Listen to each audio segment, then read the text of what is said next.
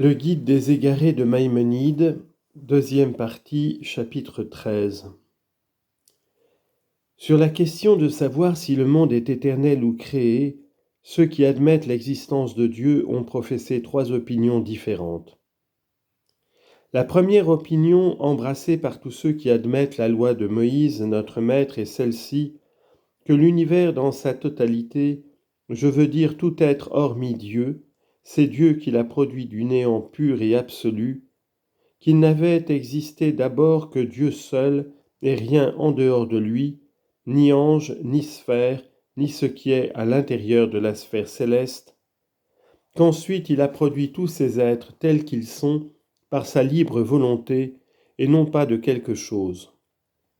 Enfin, que le temps lui-même aussi fait partie des choses créées, puisqu'il accompagne le mouvement, lequel est un accident de la chose mue, et que cette chose elle-même, dont le temps accompagne le mouvement, a été créée et est née après ne pas avoir existé.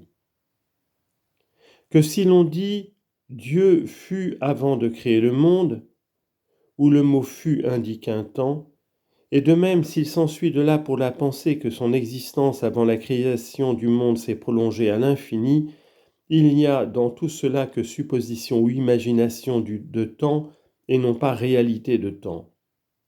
Car le temps est indubitablement un accident, et il fait partie selon nous des accidents créés, aussi bien que la noirceur et la blancheur. Bien qu'il ne soit pas de l'espèce de la qualité, il est pourtant en somme un accident inhérent au mouvement, comme il est clair pour celui qui a compris ce que dit Aristote pour expliquer le temps et son être véritable. Nous allons ici donner une explication qui sera utile pour le sujet que nous traitons, bien qu'elle ne s'y rapporte pas directement. Ce qui, disons-nous, a fait que le temps est resté une chose obscure pour la plupart des hommes de science, de sorte qu'ils ont été indécis, comme par exemple Galien et d'autres, sur la question de savoir s'il a ou non une existence réelle, c'est qu'il est un accident dans un autre accident. En effet, les accidents qui existent dans les corps d'une manière immédiate, comme les couleurs et les goûts, on les comprend du premier abord et on en conçoit l'idée. Mais les accidents dont les substrata sont d'autres accidents, comme par exemple l'éclat dans la couleur, la courbure et la rondeur dans la ligne, sont une chose très obscure, surtout lorsqu'il se joint à cela cette circonstance que l'accident qui sert de substratum n'est pas dans un état fixe, mais change de condition. Car alors la chose est plus obscure. Or, dans le temps, les deux choses sont réunies, car d'abord il est un accident inhérent au mouvement, lequel est un accident dans la chose mue, et ensuite le mouvement qui n'est pas dans la condition de la noirceur et de la blancheur, qui sont quelque chose de fixe, mais au contraire, il est de la véritable essence du mouvement de ne pas rester un seul clin d'œil dans le même état. C'est donc là ce qui fait que le temps est resté une chose obscure.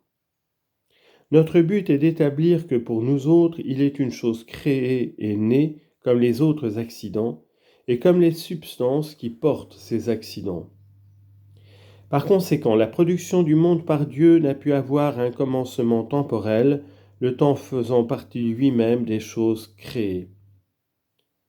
Il faut que tu médites profondément sur ce sujet afin que tu ne sois pas en butte aux objections auxquelles ne saurait échapper celui qui ignore cela. En effet, dès que tu affirmes qu'il existait un temps avant le monde, tu es obligé d'admettre l'éternité, car le temps étant un accident auquel il faut nécessairement un substratum, il s'ensuivrait de là qu'il a existé quelque chose avant l'existence de ce monde qui existe maintenant. Et c'est à cela précisément que nous voulons échapper. Telle est donc l'une des trois opinions qui forment indubitablement un principe fondamental de la loi de Moïse notre maître. Le second principe après celui de l'unité de Dieu. Et il ne doit point te venir à l'idée qu'il puisse en être autrement. Ce fut notre père Abraham qui commença à publier cette opinion à laquelle il avait été amené par la spéculation. C'est pourquoi il proclama le nom de l'Éternel, Dieu de l'univers. Il a clairement exprimé cette opinion en disant « Dieu, créateur du ciel et de la terre ». Genèse 14, 22. La deuxième opinion est celle de tous les philosophes dont nous avons entendu parler ou dont nous avons vu les paroles. Il est inadmissible, disent-ils, que Dieu produise quelque chose du néant, et il n'est pas non plus possible, selon eux, qu'une chose soit réduite au néant absolu. Je veux dire qu'il n'est pas possible qu'un être quelconque, ayant forme et matière, soit né sans que la matière ait jamais existé, ni qu'il périsse de manière que la matière elle-même soit réduite au néant absolu. Attribuer à Dieu la faculté de faire pareille chose, ce serait selon eux comme si on lui attribuait la faculté de réunir au même instant les deux contraires, ou de créer son semblable, ou de se corporifier, ou de créer un carré dont la diagonale soit égale au côté, ou de semblables choses impossibles.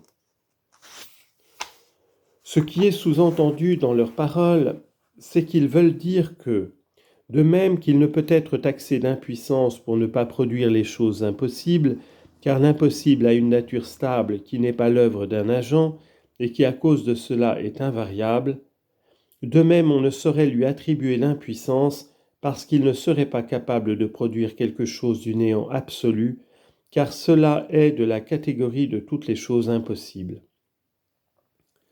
Il croit donc qu'il existe une matière qui est éternelle comme Dieu, que lui, il n'existe pas sans elle, ni elle sans lui. Cependant, il ne croit pas pour cela qu'elle occupe dans l'être le même rang que Dieu. Mais au contraire, Dieu est selon eux la cause par laquelle elle existe, et elle est pour lui ce que l'argile est pour le potier, ou ce que le fer est pour le forgeron. Il crée en elle ce qu'il veut.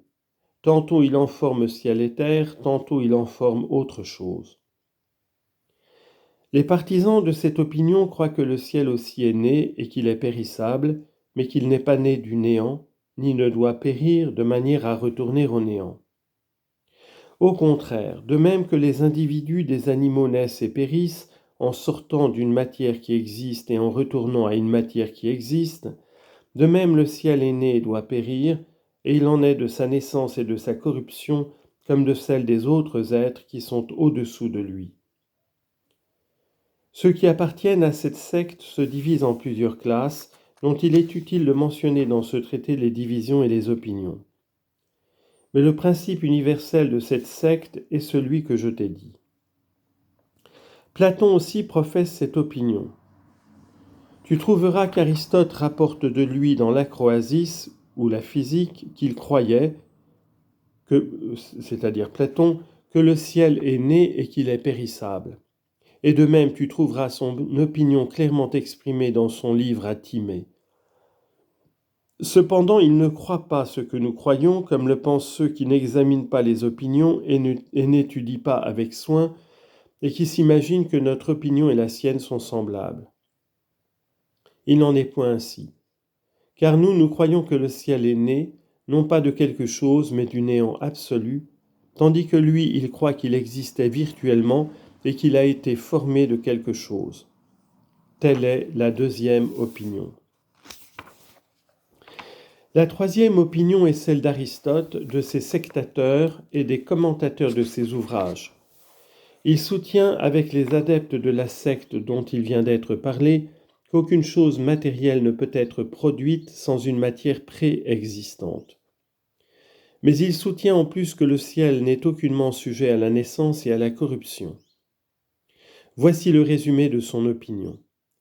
Il prétend que cet univers entier tel qu'il est a toujours été et sera toujours ainsi, que la chose stable qui n'est point sujette à la naissance et à la corruption, c'est-à-dire le ciel, ne cesse jamais d'être tel qu'il est, que le temps et le mouvement sont éternels et permanents, sans naissance ni corruption, que ce qui naît et périt, à savoir ce qui est au-dessous de la sphère de la lune, continue toujours ainsi, c'est-à-dire que cette matière première en elle-même n'est pas née et ne périra pas, mais que les formes se succèdent en elle, de sorte que dépouillée d'une forme, elle en revêt une autre. enfin que tout cet ordre de l'univers, le supérieur comme l'inférieur, ne sera pas altéré et ne cessera pas, qu'il ne s'y produira rien de nouveau qui ne soit pas dans sa nature, et qu'il n'y surviendra absolument rien qui sorte de la règle. Il dit, car bien qu'il ne s'exprime pas en ces termes, c'est pourtant ce qui résulte de son opinion, qu'il est selon lui de la catégorie de l'impossible que Dieu change son vouloir ou qu'il lui survienne une volonté nouvelle, et que tout cet univers tel qu'il est, Dieu l'a fait exister par sa volonté, sans pourtant qu'il ait rien fait du néant. De même pense-t-il qu'il est de la catégorie de l'impossible que Dieu cesse d'exister ou que son essence change. De même, il est de la catégorie de l'impossible qu'il change de volonté ou qu'il lui survienne un vouloir nouveau. Il s'ensuit par conséquent que tout cet univers tel qu'il est maintenant, tel il a été de toute éternité, et tel il sera à tout jamais. Tel est le résumé de ces opinions et leur véritable sens. Et ce sont les opinions de ceux pour lesquels c'est une chose démontrée qu'il existe un Dieu pour cet univers. Quant à ceux qui n'ont pas reconnu l'existence de Dieu, mais qui ont pensé que les choses naissent et périssent par l'agrégation et la séparation selon le hasard, et qu'il n'y a pas d'être qui gouverne et ordonne l'univers, et ce sont Épicure, sa secte et ses semblables, comme le rapporte Alexandre, il n'est d'aucune utilité pour nous de parler de ces sectes, car l'existence de Dieu a été démontrée, et il serait inutile de mentionner les opinions de gens qui ont construit leur système sur une base qui déjà a été renversée par la démonstration. Il serait également inutile pour nous de faire des efforts pour établir la vérité de ce que disent les partisans de la deuxième opinion, à savoir que le ciel est né et qu'il est périssable. Car cela admet l'éternité de la matière, et il n'y a pas de différence selon nous entre ceux qui croient que le ciel est nécessairement né de quelque chose et qu'il y retournera en périssant, et l'opinion d'Aristote qui croit qu'il n'est pas né et qu'il ne périra pas. En effet, tous ceux qui suivent la loi de Moïse et de notre père Abraham, ou qui marchent sur leurs traces, ne tendent à autre chose qu'à cette croyance qu'il n'existe absolument aucune chose éternelle à côté de Dieu, et que produire l'état du néant absolu n'est point pour Dieu de la catégorie de l'impossible. Bien plus, dans l'opinion de certains penseurs, c'est même une chose nécessaire. Après avoir établi les différentes opinions, je commence à exposer en résumé les preuves d'Aristote qu'il allègue pour son opinion et comment il y a été conduit.